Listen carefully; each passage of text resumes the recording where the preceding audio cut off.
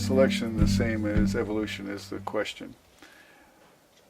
Neo-Darwinian theory is the addition of the knowledge of genetics to Darwin's original thought process.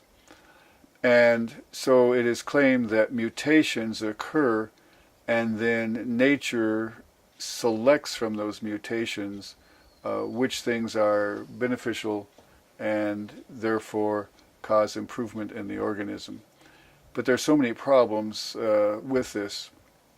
First of all, that process doesn't explain the origin of life, because you have to have something to select from in order for a selection to be made.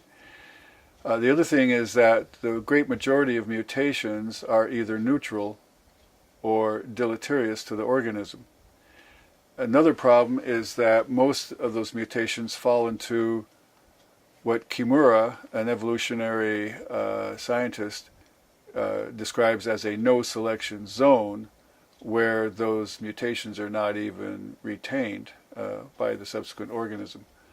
Another problem is that the mutations then have to become established in the population. Just because a mutation occurs in one individual doesn't mean that that's going to then be able to be spread through the entire population.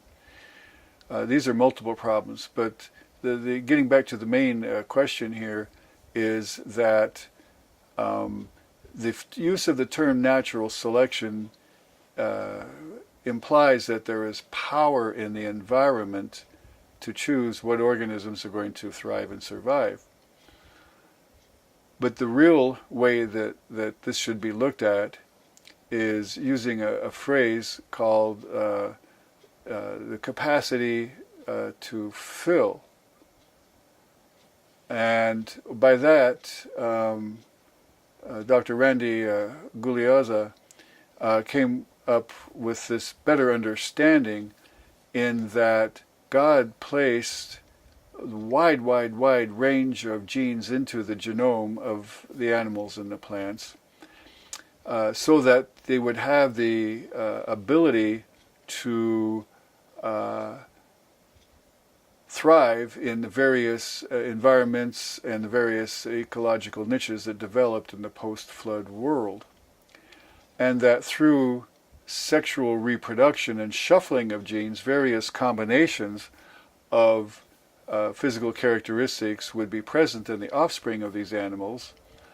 And the ones that would do better, for example, white long fur would do better for the Arctic fox in the polar region, rather than the wild African dog with mottled fur and short fur in the equatorial region of Africa.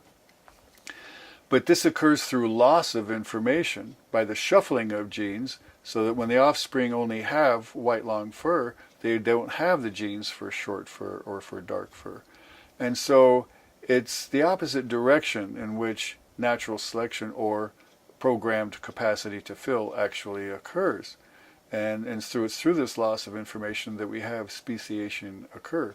So does the creationists believe in speciation? Absolutely. But is it through the mechanism that the evolutionists state? And the answer is no.